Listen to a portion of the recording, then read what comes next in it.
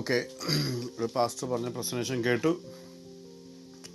വളരെ അൺഫോർച്ചുനേറ്റ് എന്ന് മാത്രമേ എനിക്ക് പറയാനുള്ളൂ. റെസ്പെക്ട്ഫുള്ളി അതിനെ കംപ്ലീറ്റ് ആയിട്ട് ഡിസഗ്രി ചെയ്യുന്നു.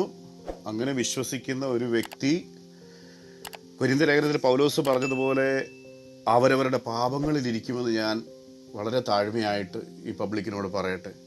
കാരണം അത് പറയാതിരിക്കുകയാണെങ്കിൽ ഒരു ക്രിസ്ത്യാനി എന്ന് പറഞ്ഞതിൻ്റെ അടിസ്ഥാനത്തിൽ ജീവിക്കുന്നതിൽ യാതൊരു അർത്ഥവുമില്ല. പാസ്റ്റർ ഇവിടെ പറഞ്ഞു, യോഹന്നാൻ ശ്ലീഹ പറഞ്ഞ ചില വാക്യങ്ങൾ ഉദ്ധരിച്ചു. മത്തായി സുവിശേഷത്തിനൊക്കെ ആദ്യം പറഞ്ഞു,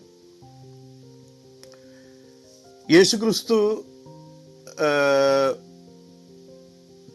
ഞാൻ കറക്റ്റ് ഉത്തരം പറഞ്ഞാൽ വിടുകയില്ല എന്നുള്ള അർത്ഥത്തിൽ. ഞാൻ വിടുകയില്ല എന്നുള്ള വാക്യം അവിടെ കണ്ടില്ല. പാസ്റ്റർക്ക് റെസ്പോണ്ട് ചെയ്യാം. ഞാൻ അവിടെ യേശുക്രിസ്തു മഹാപുരോഹിതനോട് കറക്റ്റ് ഉത്തരം പറഞ്ഞാൽ വിടുവാനായിട്ട് എക്സ്പെക്റ്റ് ചെയ്യുമായിരുന്നു എന്നുള്ള രീതിയിലാണ് നമ്മളവിടെ കാണുന്നത്. അങ്ങനെയല്ല. കർത്താവായ യേശുക്രിസ്തു പറഞ്ഞത് ഞാൻ വന്നിരിക്കുന്നത് ഈ നാഴികയിലേക്കാണ്. അത് തടയാൻ നിന്ന പത്രോസിനെ കർത്താവായ യേശുക്രിസ്തു തന്നെ സാത്താനെ നീ മാറി നിൽക്ക്, ഇത് മാനുഷികമായ ചിന്തയാണ്. അപ്പോൾ അത് ആലോചിച്ച് നോക്കുക, കുരിശിലെ പാപപരിഹാരത്തിനെ എതിർത്ത് സംസാരിക്കുന്നവരെ കുറിച്ച് കർത്താവ് എന്തായിരിക്കും പറയുന്നത്? കർത്താവ് പറഞ്ഞത് മനുഷ്യപുത്രൻ ഈ നാഴികയിലേക്ക് വന്നിരിക്കുന്നു. യോഹന്നാൻ ശ്ലീഹായുടെ കാര്യങ്ങൾ പറഞ്ഞു. യോഹന്നാൻ ശ്ലീഹ പറഞ്ഞ മുഴുവൻ വാക്യങ്ങളും വായിക്കുക. യോഹന്നാൻ ശ്ലീഹ യേശു ക്രിസ്തു പറയുന്നതായിട്ടാണ്, ഞാൻ നല്ല ഇടയൻ തൻ്റെ ആടുകൾക്ക് വേണ്ടി തൻ്റെ ജീവനെ കൊടുക്കുന്നു. ഞാൻ ആടുകൾക്ക് വേണ്ടി ജീവനെ കൊടുക്കുന്നത് കൊണ്ട് പിതാവ് എന്നെ സ്നേഹിക്കുന്നു. ക്രൂരനായ ഒരു ദൈവമല്ല, സ്നേഹവാനായ ഒരു ദൈവം തൻ്റെ പുത്രനെ അർഹതയില്ലാത്ത നമ്മുടെ പാപങ്ങൾക്ക് പരിഹാരമായി നൽകുന്നു. യോഹന്നാൻ സുവിശേഷം 10:17, എൻ്റെ ജീവനെ വീണ്ടും പ്രാപിക്കേണ്ടതിന് ഞാൻ അതിനെ കൊടുക്കുന്നത് കൊണ്ട് പിതാവ് എന്നെ സ്നേഹിക്കുന്നു. ആരും അതിനെ എന്നോട് എടുത്തു കളയുന്നില്ല. കർത്താവായ യേശു ക്രിസ്തു മരിച്ചത് ഒരു ആക്സിഡന്റൽ ഡെത്ത് അല്ല. അദ്ദേഹം ഒരു മാർട്ടിറല്ല, ഒരു വിക്ടിമല്ല. പറയുകയാണ്, ഞാൻ എൻ്റെ ജീവനെ വെച്ച് കൊടുക്കുന്നു. അതിനെ കൊടുപ്പാൻ എനിക്ക് അധികാരമുണ്ട്, വീണ്ടും പ്രാപിപ്പാനും എനിക്ക് അധികാരമുണ്ട്. ഈ കൽപ്പന എൻ്റെ പിതാവിങ്കിൽ നിന്നും ലഭിച്ചിരിക്കുന്നു. യോഹന്നാൻ ശ്ലീഹ അവിടെ നിൽക്കുന്നില്ല. യോഹന്നാൻ ശ്ലീഹ തൻ്റെ ലേഖനത്തിൽ എഴുതിയിരിക്കുന്നത്, അവൻ നമ്മുടെ പാപങ്ങളുടെ പരിഹാരമാകുന്നു, അവൻ നമ്മുടെ പാപങ്ങൾക്ക് പ്രായശ്ചിത്തമാകുന്നു. 1 യോഹന്നാൻ 2:2. നമ്മുടേതിന് മാത്രമല്ല, സർവ്വലോകത്തിലും, അതായത് വിശ്വസിക്കുന്ന ഏവനും പ്രായശ്ചിത്തമാകുവാൻ കർത്താവ് പര്യാപ്തനാണ്. അവൻ മാത്രമാകുന്നു ഏക പാപപരിഹാര പ്രായശ്ചിത്തം എന്ന് പറയുന്നു. യോഹന്നാൻ അവിടെ നിർത്തിയില്ല. യോഹന്നാന്റെ ലേഖനം 4-ാം അധ്യായം 10-ാം വാക്യം, നാം ദൈവത്തെ സ്നേഹിച്ചതല്ല, ഇതാകുന്നു സ്നേഹം. സാക്ഷാൽ സ്നേഹം എന്ന് പറയുന്നത് നമ്മെ സ്നേഹിച്ച് തൻ്റെ പുത്രനെ പാപങ്ങളുടെ പ്രായശ്ചിത്തമായി ലോകത്തിലേക്ക് അയച്ചത് തന്നെ സാക്ഷാൽ സ്നേഹമാകും. ഒന്നുകൂടെ ഞാൻ പറഞ്ഞുതരാം. യോഹന്നാൻ ശ്ലീഹ പറഞ്ഞത്, നമ്മെ സ്നേഹിച്ച് നമ്മുടെ പാപങ്ങൾക്ക് പരിഹാരമായി ദൈവം തൻ്റെ പുത്രനെ ലോകത്തിലേക്ക് അയച്ചത് തന്നെ സാക്ഷാൽ സ്നേഹമാകുന്നു. യോഹന്നാൻ ശ്ലീഹ തന്നെ പറഞ്ഞതാണ്. യോഹന്നാൻ ശ്ലീഹ പ്രധാനപ്പെട്ട അപ്പോസ്തലൻസിൽ ഒന്നാണ്. അബദ്ധം എഴുതുന്ന ഒരു വ്യക്തിയല്ല. ഞാൻ നേരത്തെ കാണിച്ചു, പത്രോസ് ശ്ലീഹായോ അത് തന്നെ എഴുതിയിരിക്കും. നമ്മുടെ പാപങ്ങളെ ചുമന്നുകൊണ്ട്, എന്തിനു വേണ്ടിയാണ്? നാം പാപം സംബന്ധിച്ച് മരിച്ച് നീതിക്ക് ജീവിക്കേണ്ടതിന് അവൻ നമ്മുടെ പാപങ്ങളെ ചുമന്നുകൊണ്ട് കുരിശിന്മേൽ കയറി. എനിക്ക് തോന്നുന്നു ഈ വാക്യങ്ങൾ ഒരിക്കലും you cannot get around it.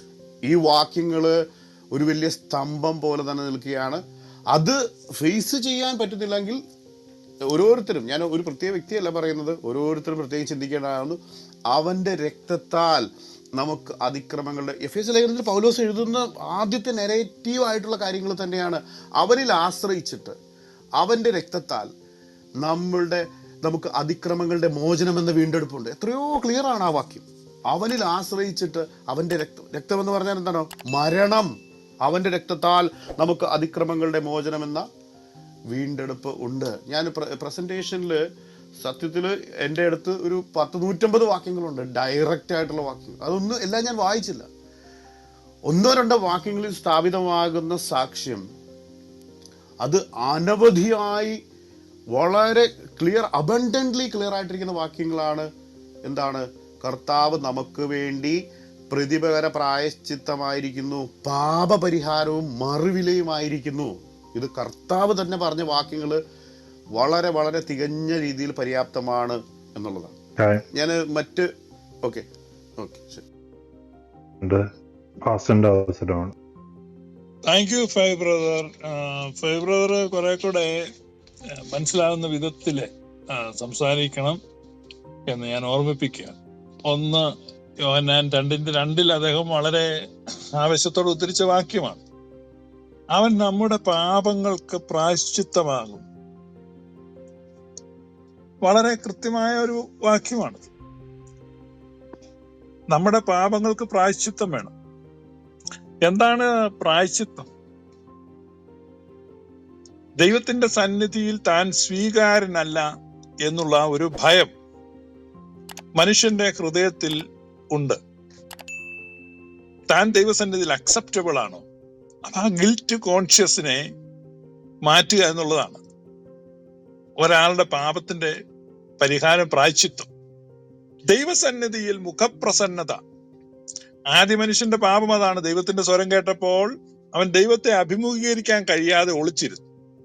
അപ്പൊ ദൈവസന്നിധി നമ്മെ നേരെ നിർത്താൻ പ്രാപ്തനാക്കുക എന്നുള്ളതാണ്. അത് യേശുവിന്റെ കുരിശുമരണമാണെന്നോ ഒന്നും 1 യോഹന്നാൻ 2:2 അത് ഈ തെരുവിൽ പ്രസംഗിച്ചും പ്രചരിപ്പിച്ചും ആളുകളുടെ ഉപബോധ മനസ്സിൽ വരെ ആഴത്തിൽ രൂഢമൂലമായിട്ട് ഈ സിദ്ധാന്തം കയറിയിരിക്കുന്നുണ്ട്. ഒരാൾ ഈ വാക്യം വായിക്കുമ്പോൾ അയ്യോ ശരിയാണല്ലോ എന്ന് ചിന്തിക്കുക. ആ വാക്യത്തിൽ എന്താ എഴുതിയിരിക്കുന്നത്? നമ്മുടെ പാപങ്ങളുടെ പ്രായശ്ചിത്തം എന്താണ്? അവന്റെ മരണമല്ല, അവൻ, ഹീ ഈസ് ദ പ്രൊപ്പീഷ്യേഷൻ. എപ്പോൾ നിങ്ങൾക്ക് ദൈവസന്നിധിയിലേക്ക് ചെല്ലുവാൻ ഭയം തോന്നുന്നോ, നാണം തോന്നുന്നോ, മടി തോന്നുന്നോ, ലജ്ജ തോന്നുന്നോ, വിരുദ്ധ വികാരങ്ങളാണ്. നിങ്ങൾക്ക് ലജ്ജ തോന്നാം, നിങ്ങൾക്ക് മടി തോന്നാം, ഭയം തോന്നാം. ഈ വിരുദ്ധ വിചാരങ്ങളെ എല്ലാം എടുത്തു മാറ്റുന്ന ആരാണ്? A person, that is Jesus Christ. യേശുക്രിസ്തുവാണ് നമ്മുടെ പ്രായശ്ചിത്തം, നമ്മുടെ പരിഹാരം. അപ്പൊ ഹിലാസ്മോസ് എന്നാണ് ഗ്രീക്ക് പറയുന്നത്. ഹിലാസ്മോസ്, പ്രൊപ്പീഷിയേഷൻ. ഹിലാസ്മോസ് ബൈബിളിൽ ആകെ ഒരു പ്രാവശ്യം ആ വാക്ക് ഉപയോഗിക്കുന്നുള്ളൂ, അത് ഈ വാക്യത്തിലാണ്. ഈ ഹിലാസ്മോസ് ആരാണ്? യേശുവാണ്. യേശു ഹിലാസ്മോസ് ആണ്. നമ്മളെ ദൈവത്തോട് അടുപ്പിക്കുന്നത് അവനാണ്. അതുകൊണ്ടാണ് എന്നെ കണ്ടവൻ പിതാവിനെ കണ്ടിരിക്കുന്നു. എല്ലാ ഭയവും മാറ്റുകയാണ്, എല്ലാ ലജ്ജയും മാറ്റുകയാണ്, എല്ലാ മടിയും മാറ്റുകയാണ്. നമ്മുടെ ഇടയിലേക്ക് അവൻ വന്ന് പിറന്നു. ഇതാ മനുഷ്യരോടുകൂടെ ദൈവത്തിന്റെ കൂടാരം. ഈ ടാബർനാക്കിൾഡ് among us. അവൻ നമ്മുടെ ഇടയിൽ കൂടാരം അടിച്ചു വസിച്ചു. ആ ജനനത്തിലാണ് സർവ മനുഷ്യർക്കും ഉണ്ടാകാനുള്ളൊരു സന്തോഷമായിട്ട് ഇതാ ഈ രക്ഷ എന്റെ കണ്ണ് കണ്ടുവല്ലോ എന്നാണ് വൃദ്ധനായ ശിമയോൻ പറയുന്നത്. എന്റെ കണ്ണ് കണ്ട രക്ഷയെ. അപ്പൊ ദൈവത്തിന്റെ പ്രസാദം നമ്മിലേക്ക്, മനുഷ്യവർഗത്തിലേക്ക് കൊണ്ടുവരുന്നു. അതാണ് പ്രൊപ്പീഷിയേഷൻ. ആ പ്രസാദം എപ്പോഴാണ്? ഇവൻ എന്റെ പ്രിയപുത്രൻ, ഇവനിൽ ഞാൻ പ്രസാദിച്ചിരിക്കുന്നു എന്ന് പറയുന്നത് യേശു കർത്താവിന്റെ സ്നാപന സമയത്താണ്. പിന്നീട് 2 പ്രാവശ്യം മറുരൂപമലയിൽ വെച്ചും മാർഗമധ്യ പറഞ്ഞായിട്ടുണ്ട്. അപ്പൊ നിരന്തരമായിട്ട് ക്രിസ്തു മനുഷ്യനായി ജനിച്ചപ്പോൾ മുതൽ, ദൈവപുത്രന്റെ ജഡാവതാരത്തിന്റെ വെരി ബിഗിനിങ് മുതൽ പിതാവായ ദൈവം ഉദ്ഘോഷിച്ചു കൊണ്ടിരുന്നു, ഞാൻ പ്രസാദിച്ചിരിക്കുന്നു മനുഷ്യവർഗത്തോട്. അപ്പൊ മനുഷ്യവർഗത്തോട് ദൈവത്തിന് പ്രസാദമില്ലെന്നും, ദൈവത്തിന് കോപമാണെന്നും, ദൈവം അകന്നിരിക്കുകയാണെന്നും, ദൈവം മുഖം തിരിച്ചിരിക്കുകയാണെന്നുമുള്ള സിദ്ധാന്തം ആളുകളുടെ ഉള്ളിൽ വലിയ ഭയവും വലിയ ഭീതിയും വലിയ ലജ്ജയും ഒക്കെ നൽകി അവരെ കുറ്റബോധമുള്ളവരാക്കി, ഗിൽറ്റ് കോൺഷ്യസ് ഉള്ളവരാക്കി, കുനിഞ്ഞിരിക്കുന്നവരാക്കി, തിരിഞ്ഞിരിക്കുന്നവരാക്കി മാറ്റിയപ്പോൾ അവരെ ദൈവസന്നിധിയിലേക്ക് തിരിക്കുവാൻ, അവരുടെ മുഖം ഉയർത്തുവാൻ, അവരെ നേരെ നിർത്തുവാൻ ദൈവത്തിന്റെ പുത്രൻ മനുഷ്യനായി അവതരിച്ചു. അതാണ് ഞങ്ങൾ വിശ്വസിക്കുന്നത്, അതാണ് ആദിമസഭ വിശ്വസിച്ചത്, അതാണ് സുവിശേഷത്തിൽ കാണുന്നത്. ആ ദൈവപുത്രനെ തേജസ്സിന്റെ കർത്താവായി നമ്മുടെ ഇടയിൽ വന്ന ആ പുത്രനെ തിരിച്ചറിയുവാൻ യഹൂദന്മാർക്ക് കഴിഞ്ഞില്ല. അതാണ് പൗലോസ് പറയുന്നത്, തേജസ്സിന്റെ കർത്താവിനെ അവർ അറിഞ്ഞില്ല. അറിഞ്ഞിരുന്നെങ്കിൽ അവർ അവനെ ക്രൂശിക്കയില്ലായിരുന്നു. അപ്പോ യഹൂദന്റെ അറിവില്ലായ്മയാണ്, അതാണ് അവന്റെ പാപം. Ignorance, that was their sin, the sin of the house of Judah. യഹൂദ ഗോത്രത്തിന്റെ പാപമായിരുന്നു. ആണ് യേശു ക്രിസ്തുവിന്റെ ക്രൂശീകരണത്തിലേക്ക് നയിച്ചത്. അപ്പൊ അതിന് പുതിയ മാനങ്ങളും പുതിയ കളറുകളും നൽകി പുതിയ അബദ്ധോപദേശം അവതരിപ്പിക്കരുത്. ഇത്ര നാൾ അവതരിപ്പിച്ച് അതിന് നിങ്ങളെ പോലുള്ളൊരു കൂട്ടു നിൽക്കരുത് മാത്രമേ എനിക്ക് പറയാനുള്ളൂ.